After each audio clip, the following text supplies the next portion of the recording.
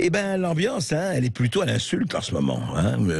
Emmanuel Macron, après sa victoire à la Pyrrhus, effectivement, ou pour ceux qui ne l'aiment pas, et sa victoire remarquable sur la réforme des retraites, eh bien se dit, allez, il faut retrouver mon bon peuple, qui n'ait pas l'impression que je l'ai trop caressé à rebrousse-poil. Eh ben, on ne sait pas, ça ne marche pas très très très bien. Par exemple, hier, il était à Célestat, et c'est vrai qu'on peut reprocher beaucoup de choses à Emmanuel Macron, mais il va au contact. Il va au contact. Alors, il est bien entouré. Il y a les gardes de CRS, il y a ses gardes du corps, mais ça, c'est normal, il est président de la République. Il va au contact, seulement le contact, il n'a pas l'air très heureux de le voir. Écoutez. On n'en veut pas de ta retraite. Qu'est-ce que tu comprends pas là-dedans? On n'en veut pas. Non, mais on n'en veut pas de ta retraite, trou du cul. Oui, enfin... On n'en veut pas de sa retraite, on peut le dire.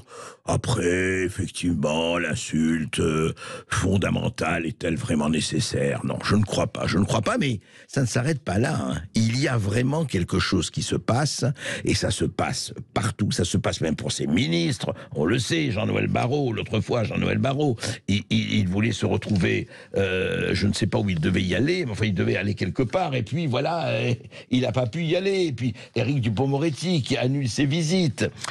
Il y a un problème, et ce problème-là, on va le sentir. Écoutez encore, toujours à Célestat, hier, ceci. Voir que Cyril Hamain a un président qui a un gouvernement aussi corrompu. Alors je me suis dit, il faut pas louper ça. Mais dites pas ça, c'est pas vous avez beaucoup de gens qui... Vous avez un gouvernement corrompu. On n'a jamais vu un président avoir un gouvernement aussi corrompu que le vôtre. Non, quand même, ça c'est exagéré. Non, franchement, c'est exagéré. Gouvernement corrompu, certes, il y a un certain nombre qui sont, il faut bien dire, mis en examen, ça c'est vrai. Il y a des prises illégales d'intérêt, ça c'est vrai, des violences et harcèlements. Je parle des ministres, des anciens ministres, des détournements de fonds. Il y a des violences, il y a des dissimulations de patrimoine, il y a des conflits d'intérêts. Alors là, les conflits d'intérêts sont très importants. Quelques détournements de fonds, enfin accusation, parce que présomption d'innocence d'abord. Enfin franchement, quand on regarde la liste, on se pose des questions. Et surtout, au-delà de ça, ce qui m'amuse, c'est que un certain nombre de bonnes âmes médiatico-politiques, mais tous les présidents ont été comme ça, conspués, etc. Oui, mais pas de la même façon. Pas de façon aussi, effectivement, quotidienne, pratiquement, et répétée.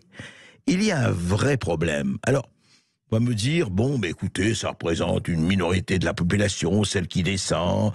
Et effectivement, dit Macron, les casseroles et les œufs doivent servir seulement à faire la cuisine. Eh oui. Mais vous savez, les casseroles, les œufs et d'autres instruments, quand des gens n'en peuvent plus, ou quand ils ne supportent plus la manière dont on les gère, dont on les administre, dont on les dirige, tous les instruments sont dans la nature. Alors pourquoi ? On va pas faire ici une grande étude politique. Il y a quand même deux problèmes majeurs qui se posent. C'est le mode de gouvernement, ce mode de gouvernement du et en même temps, du tout et son contraire. Et puis, il faut le dire, en tout cas chez certains ministres, le mensonge érigé en méthode de gouvernement. Et puis, la peur, le gouverner par le chaos, tout ça. Il y a un certain nombre de problèmes qui ne vont pas. Et puis cette manière, et cette manière...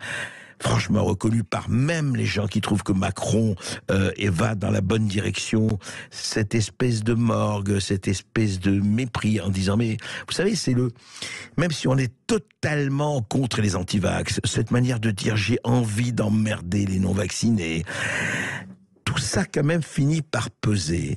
Et franchement, quand on arrive à ce stade-là, vous savez, la France, on le sait très bien, il n'y a qu'à regarder son histoire, à des moments, la corde se casse, le couvercle de la marmite saute, et là, eh bien, il y a un contenu. Ce que Michel Maffezoli, le sociologue, appelle l'ère du soulèvement. Ça ne veut pas dire révolution, ça ne veut pas dire apocalypse. Mais franchement, avec tout ce qui se passe dans le monde, au niveau du pouvoir d'achat, au niveau de l'énergie, au niveau des prix d'électricité et au niveau de tout cela, eh bien, peut-être qu'on a besoin beaucoup plus d'apaisement et d'essayer de faire comprendre en disant la vérité aux gens, en disant toute la vérité aux gens, plutôt que de les prendre comme des crétins qu'il faudrait laisser dans son coin, ne pas les faire mourir de faim. Mais vous savez, c'est toujours la même rengaine. On sait mieux que vous ce qui est bon pour vous, alors taisez-vous et laissez-nous gouverner. Ça pouvait marcher à un moment donné, mais ça ne marche plus du tout, sauf si l'on tombe en dictature, ce qu'à Dieu et à la Providence ne plaise.